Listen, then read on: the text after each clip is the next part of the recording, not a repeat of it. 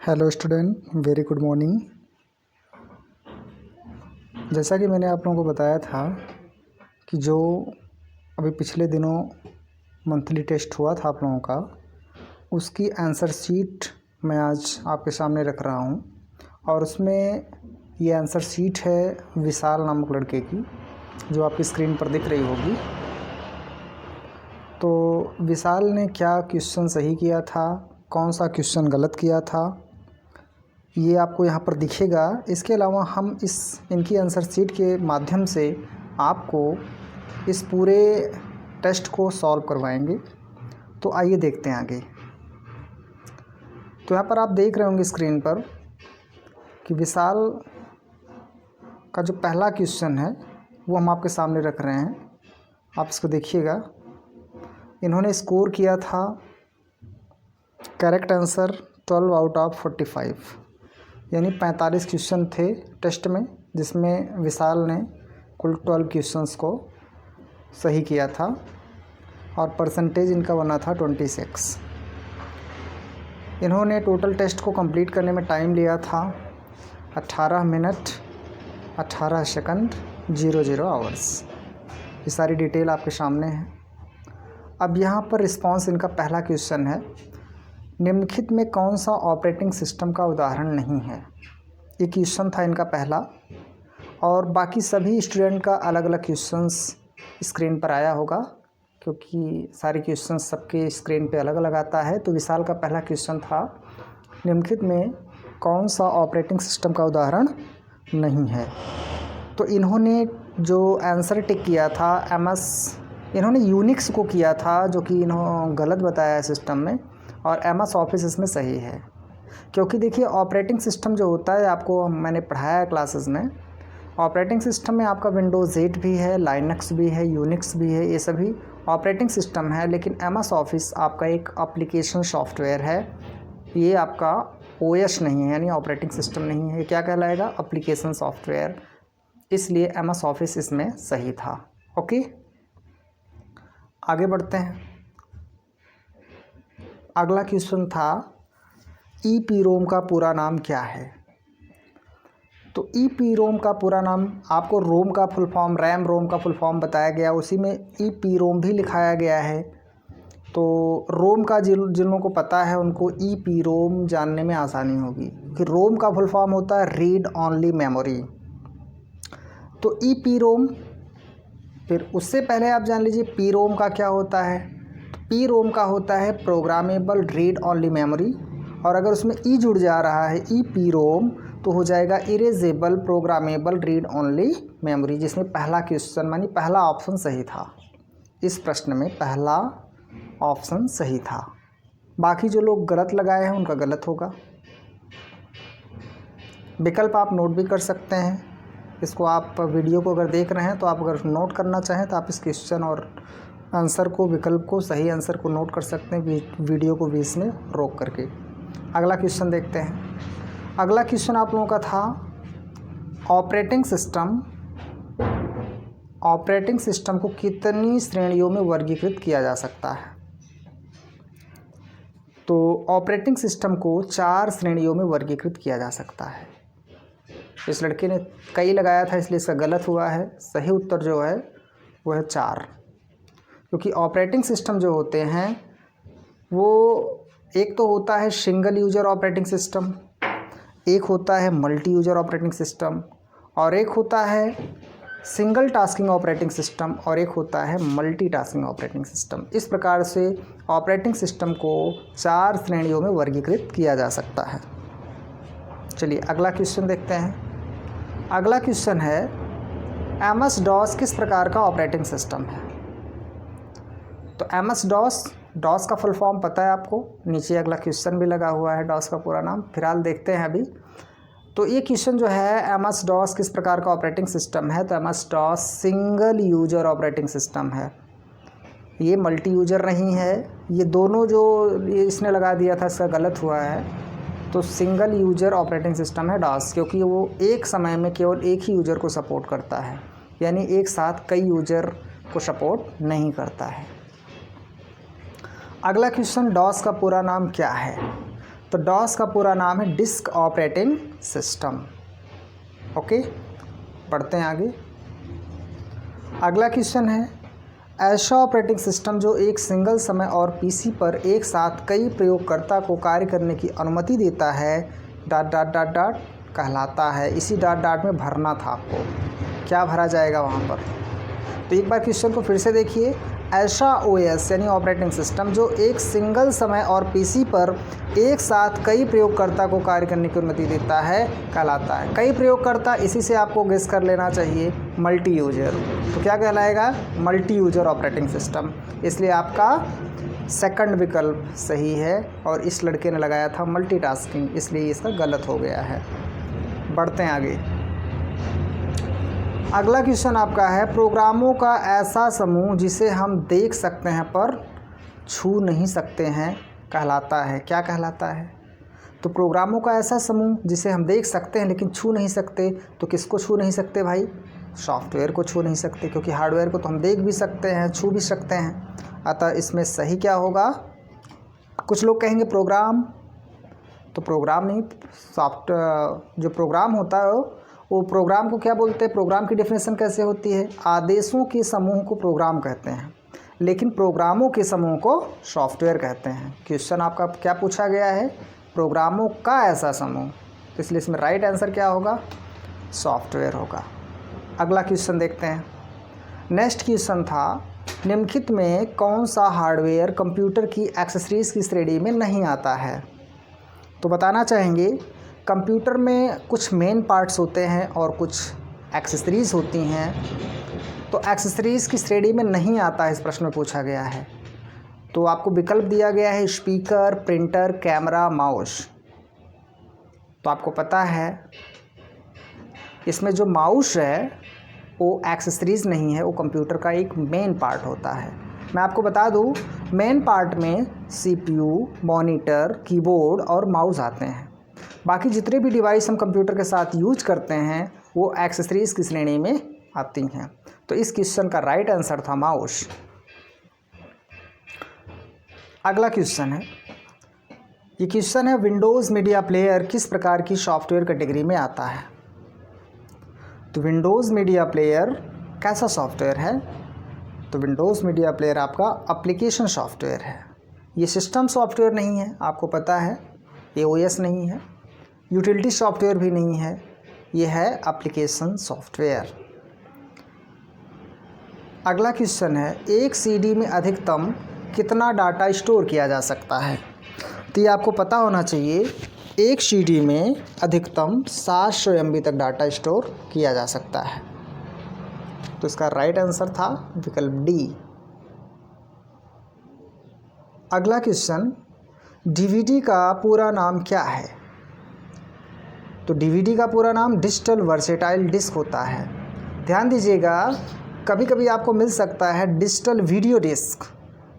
तो digital video disc भी इस प्रश्न का सही जवाब हो सकता है, लेकिन विकल्प में आपके दिया है digital versatile disc, digital versatile device, disc versatile drive या डिजिटल वर्टिकल डिस्क। तो इस प्रकार से इसमें जो राइट आंसर होगा डिजिटल वर्सेटाइल डिस्क, विकल्प ए यानी फर्स्ट विकल्प सही है। अगला क्वेश्चन है, हार्ड डिस्क किस प्रकार की मेमोरी का एग्जाम्पल है यानी उदाहरण है? तो हार्ड डिस्क जो है वो कंप्यूटर की द्वितीयक मेमोरी यानी सेकेंडरी मेमोरी में आती है। ठीक, आगे बढ़ते हैं। अगला क्वेश्चन है, एक RAM यानी रैम, RAM से क्या होता है? रैम। एक रैम की अपेक्षा हार्ड डिस्क में अधिक डाटा स्टोर किया जा सकता है, सही या गलत? तो इस कथन में आपको बताना था कि एक रैम की अपेक्षा हार्ड डिस्क में, तो सबको पता होगा रैम की क्षमता 2GB, 4GB, 8GB इतनी ही होती है, लेकिन हार्ड डिस्क में अधिक डाटा स्टोर किया जा सकता है, क्योंकि हार्ड डिस्क की क्षमता बहुत होती है, 200GB, 250GB, 500, 1TB तक। ठीक है, क्योंकि हार्ड डिस्क जो होती है वो सेकेंडरी मेमोरी होती है, उसमें हम अत्यधिक मात्रा में डाटा स्टोर कर सकते हैं। तो इस क्वेश्चन का राइट आंसर था सही, यानी हम रैम की अपेक्षा हार्ड डिस्क में अधिक डाटा स्टोर कर सकते हैं। नेक्स्ट क्वेश्चन है, जीबी से बड़ी इकाई को क्या कहते हैं? तो जीबी से बड़ी इकाई को टीबी कहते हैं। क्या कहते हैं? TB, terabyte. इस लड़के ने केबी लगाया था। भाई केबी तो सबसे छोटी है। हाँ, केबी किलोबाइट, वो तो एमबी से भी छोटी है। मेमोरी मापने की इकाई मैंने लिखाया, आप लोगों को बताया है। चलते आगे। 2 MB बराबर कितने केबी? तो यहाँ आपको पता होना चाहिए 1 MB में कितने केबी होते हैं। तो 1 MB में 1024 केबी होते हैं। तो 2 MB में कितने होंगे? इसका डबल हो जाएगा। 1024 का डबल करेंगे तो आप 2048 होगा। तो राइट आंसर आपका डी है, 2048। अगला क्वेश्चन है, रोम के अंदर डाटा और निर्देश मैन्युफैक्चरिंग के दौरान ही राइट कर दिए जाते हैं, जिसे कोई यूजर डिलीट व चेंज नहीं कर सकता है। एकदम राइट है। रोम नाम से स्पष्ट है, रीड ओनली मेमोरी, यानी ये ऐसी मेमोरी होती है इसको केवल आप रीड कर सकते हैं, इसके निर्देशों को यूज कर सकते हैं, लेकिन इसमें राइट और चेंज नहीं कर सकते हैं। तो ये सही है, सत्य है। तो इसका राइट आंसर था सही। नेक्स्ट क्वेश्चन है, एमएस वर्ड 2007 में डिफ़ॉल्ट पेज मार्जिन कौन सी होती है? तो एमएस वर्ड 2007 में जो डिफ़ॉल्ट पेज मार्जिन होती है वो आपको पता है, नॉर्मल होता है। नैरो नहीं होती है, वाइड, कस्टम ये सब नहीं होती है। जब भी आप एमएस को खोलते हो तो उसमें डिफ़ॉल्ट पेज मार्जिन आपको नॉर्मल ही मिलती है, जिसमें चारों तरफ से 1-1 इंच की मार्जिन होती है। आगे बढ़ते हैं। अगला क्वेश्चन है आपका, एमएस वर्ड 2007 में डिफ़ॉल्ट पेज ओरिएंटेशन कौन सा होता है? Default page orientation. अब ओरिएंटेशन ये आपको बताया गया, पेज की 2 आकृतियाँ होती है, तो पोर्ट्रेट या लैंडस्केप। पोर्ट्रेट यानी जो जिसमें ऊंचाई ज़्यादा चौड़ाई कम होती है, और लैंडस्केप जिसमें चौड़ाई ज़्यादा ऊंचाई कम होती है। तो एमएस वर्ड में जब आप खोलते हैं, एमएस वर्ड अपना स्टार्ट करते हैं, तो उसमें जो डिफ़ॉल्ट पेपर या डिफ़ॉल्ट पेज होता है उसका ओरिएंटेशन पोर्ट्रेट सेलेक्ट होता है। ओके, विकल्प डी सही है। नेक्स्ट है, एमएस वर्ड 2007 में डिफ़ॉल्ट पेज साइज़ कौन सी होती है? जो डिफ़ॉल्ट पेज साइज़ होती है वो लेटर साइज़ होती है। कुछ बच्चे इसमें 4 भी लगा दिए थे, जैसे कि लड़का नॉर्मल लगाया था, याद नहीं है, नॉर्मल मार्जिन सेलेक्ट होती है, कंफ्यूज हो जाते हैं लोग। अगला क्वेश्चन, एमएस वर्ड में ड्रॉप कैप ओटी ऑन द्वारा, ओटी ऑन यहाँ पर देखो समझ का मतलब समझना है आप लोगों को कि ये टाइपिंग का मिस्टेक है। ओटी ऑन या नहीं है, ये ऑप्शन है। एमएस वर्ड में ड्रॉप कैप ऑप्शन द्वारा, ड्रॉप कैप ऑप्शन द्वारा अक्षर को अधिकतम कितनी लाइनों में ड्रॉप करके दिखाया जा सकता है? तो माइक्रोसॉफ्ट वर्ड में जो ड्रॉप कैप नामक एक ऑप्शन होता है, उसके द्वारा ये पूछ रहा है कि जो अक्षर होते हैं उनको हम कितनी लाइनों में अधिकतम ड्रॉप कर सकते हैं, नीचे की तरफ ड्रॉप करके दिखा सकते हैं। तो अधिकतम हम 10 लाइनों में ड्रॉप करके दिखा सकते हैं। ओके, डिफ़ॉल्ट रूप से जब आप ड्रॉप करते हैं तो 3 लाइन में ड्रॉप होता है। इसमें राइट आंसर बी है, 10 सही है। और अगला क्वेश्चन है, एमएस वर्ड के सभी पेजों पर अलग अलग बॉर्डर नहीं लगाया जा सकता है? तो क्वेश्चन करेक्ट, नहीं लगाया जा सकता है, ये तो संभव नहीं है। अलग अलग बॉर्डर हम लोग लगा सकते हैं, मैंने लगा के दिखाया था आप लोगों को, आप लोग लगाते भी हैं। तो ये स्टेटमेंट रॉन्ग होगा, यानी गलत। अगला क्वेश्चन, एक पैराग्राफ से दूसरे पैराग्राफ की स्पेसिंग को मिनिमम कितने पॉइंट तक सेट किया जा सकता है? तो एक पैराग्राफ से दूसरे पैराग्राफ के बीच की स्पेसिंग को कम से कम कितने पॉइंट तक सेट करते हैं? तो विकल्प है 6 पॉइंट, 10, 12 और 0। तो 0 पॉइंट तक, यानी देखो मैंने कभी कभी आपको दिखाया भी है सेट करके कि आप एक पैराग्राफ से दूसरे पैराग्राफों के बीच की दूरी को मिटा सकते हैं, यानी 0 पॉइंट रख सकते हैं। ओके, नेक्स्ट क्वेश्चन, वर्ड 2007 में पेज बैकग्राउंड के रूप में इमेज को नहीं सेट किया जा सकता है, सही गलत? तो एमएस वर्ड 2007 में पेज बैकग्राउंड के रूप में हम लोग इमेज भी लगा सकते हैं, ग्रेडियंट भी लगा सकते हैं, टेक्सचर्स भी लगा सकते हैं, पैटर्न भी लगा सकते हैं, सब कुछ बताया गया है, तो इसमें गलत होगा। अगला क्वेश्चन, किसी एक शेप को दूसरे शेप के साथ ग्रुप तथा अनग्रुप करने के लिए कौन सा मेनू प्रयोग करते हैं? क्वेश्चन को आप ध्यान से समझिए। एक शेप को दूसरे शेप के साथ, जब हम एमएस वर्ड में कोई एक शेप क्रिएट करते हैं फिर एक दूसरा शेप क्रिएट करते हैं, दोनों शेपों को ग्रुप और अनग्रुप करने के लिए कौन सा मेनू यूज करते हैं? तो कुछ लोग इंसर्ट लगा दिए होंगे, कुछ लोग फॉर्मेट लगाए होंगे, तो फॉर्मेट सही है भाई। इंसर्ट से तो हम उसको इंसर्ट करते हैं, लेकिन फॉर्मेट ऑप्शन में जा करके ग्रुप अनग्रुप करेंगे। तो ये लड़का सही विकल्प पे टिक लगाया है और ये सही है। अगला क्वेश्चन है, सीपीयू के मुख्यतः कितने भाग होते हैं? तो सीपीयू के मुख्यतः 3 भाग होते हैं। राइट आंसर 3 है, इसने गलत लगाया है 4, तो इसका राइट आंसर 3 है, यानी विकल्प सी सही है। और वो तीनों भाग होते कौन कौन से हैं? ALU, CU और मेमोरी यू, यानी MU भी कह सकते हैं आप, मेमोरी यूनिट। ALU का क्या नाम होता है, पूरा नाम क्या होता है? Arithmetic logic unit. CU का कंट्रोल यूनिट और MU यानी मेमोरी यूनिट। अगला क्वेश्चन है, पीरोम का पूरा नाम क्या है? तो अभी मैंने पिछले क्वेश्चन में वीडियो के स्टार्टिंग में ही बताया था। रोम का रीड ओनली मेमोरी, तो पी रोम का प्रोग्रामेबल रीड ओनली मेमोरी, विकल्प ए सही है। आगे बढ़ते हैं। अगला क्वेश्चन है, हाइपरलिंक की शॉर्टकट की क्या होती है? तो हाइपरलिंक की शॉर्टकट की होती है Ctrl+K। कुछ लोग Ctrl+H लगा दे रहे थे, तो इस पर ध्यान दीजिए। अगला क्वेश्चन है, डबल अंडरलाइन की शॉर्टकट की क्या होती है? तो डबल अंडरलाइन की शॉर्टकट की Ctrl+Shift+D होती है। कुछ बच्चे Ctrl+Shift+U लगा रहे थे, तो यहाँ पर विकल्प बी सही है। अगला क्वेश्चन है, हाइफनेशन नामक ऑप्शन किस मेनू में उपलब्ध होता है? तो हाइफनेशन नामक ऑप्शन जो होता है ये पेज लेआउट मेनू में उपलब्ध होता है। हाइफनेशन जो मैंने बताया था, सामासिक चिन्ह, याद होगा आपको। अगला, एमएस वर्ड में सिंबल इंसर्ट करने के लिए कौन सा मेनू प्रयोग करते हैं? तो एमएस वर्ड में सिंबल को इंसर्ट करने के लिए इंसर्ट मेनू यूज करते हैं। आपको पता है सिंबल और आपका ये जो इक्वेशन होता है और वर्ड आर्ट, चार्ट, ये सब इंसर्ट वाली जितनी बातें होती हैं सब कुछ इंसर्ट मेनू से होती हैं। तो इसमें राइट आंसर ए है, इंसर्ट मेनू। अगला ऑप्शन है,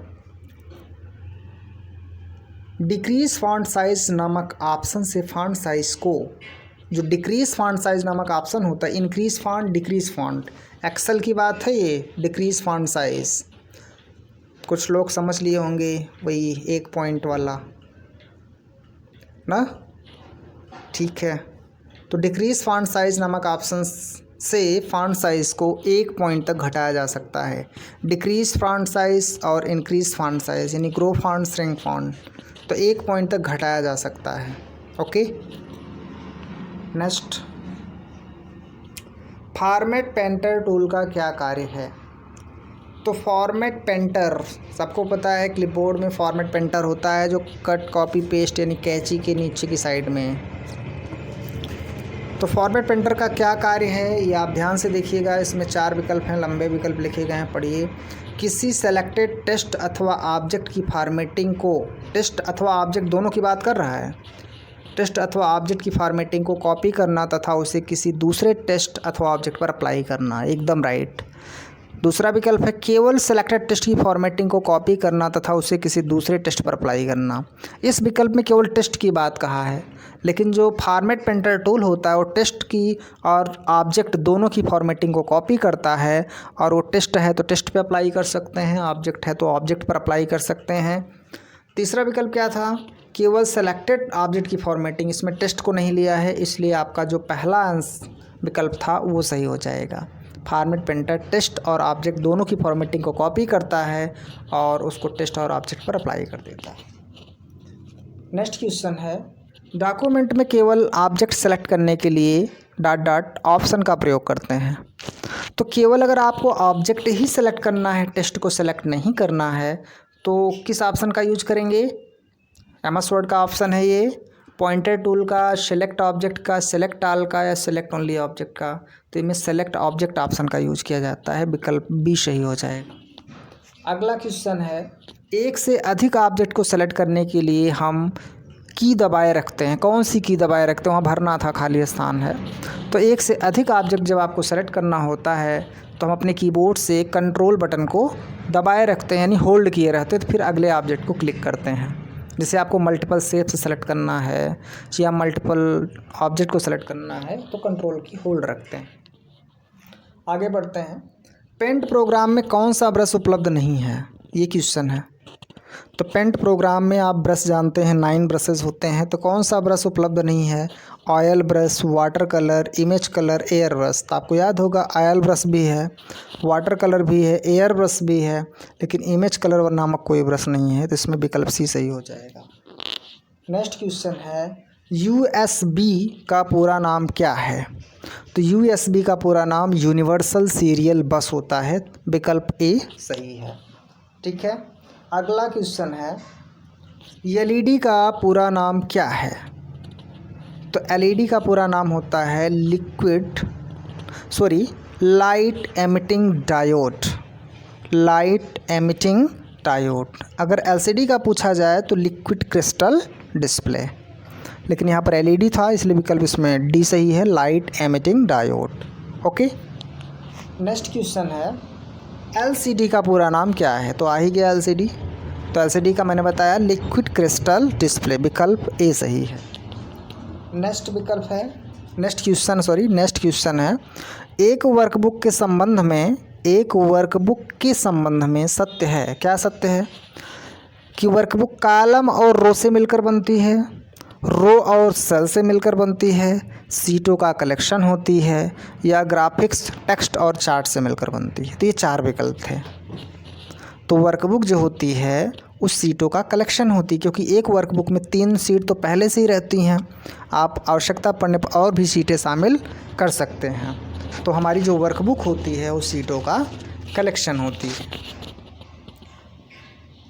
अगला क्वेश्चन है एक्सेल की लास्ट सेल का एड्रेस क्या होता है?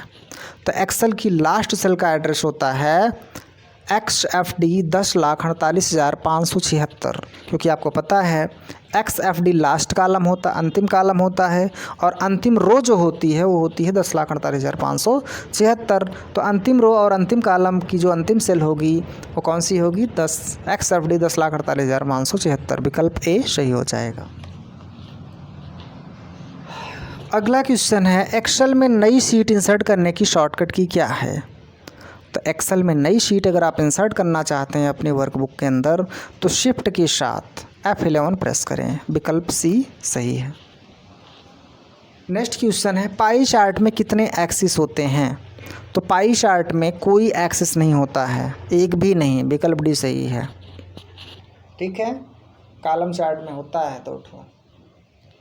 अगला क्वेश्चन है वर्ड पैड में जूम साइज़ को अधिकतम बढ़ाया जा सकता है, कितना बढ़ाया जा सकता है? तो जूम साइज़ को अधिकतम 500 तक बढ़ाया जा सकता है वर्ड पैड में, लेकिन अगर यही पेंट होता तो 800, एक्सेल में 400 तक बढ़ाया जा सकता है। तो याद रखें वर्ड पैड में कितना घटाया जा सकता है जूम को? 10% तक घटाया जा सकता है। और पेंट में जूम को कितना घटाया जा सकता है?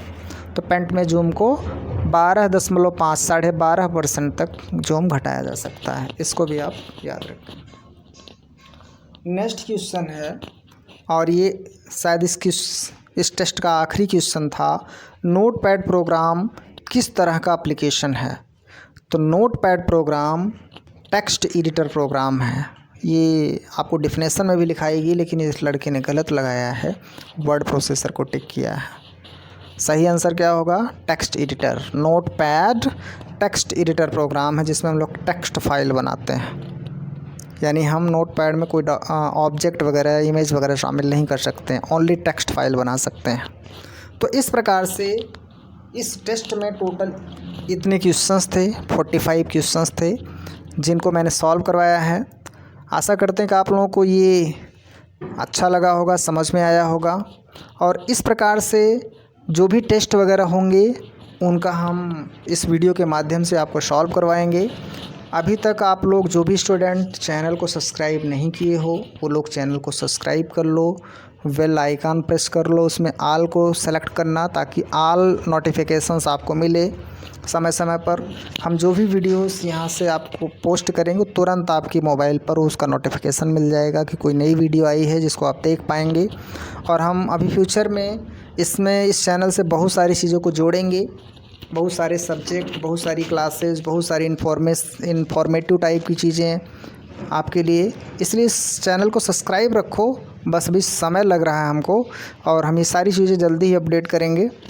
तो आज के लिए इतना ही, फिर मिलेंगे किसी नई वीडियो के साथ। तब तक के लिए धन्यवाद।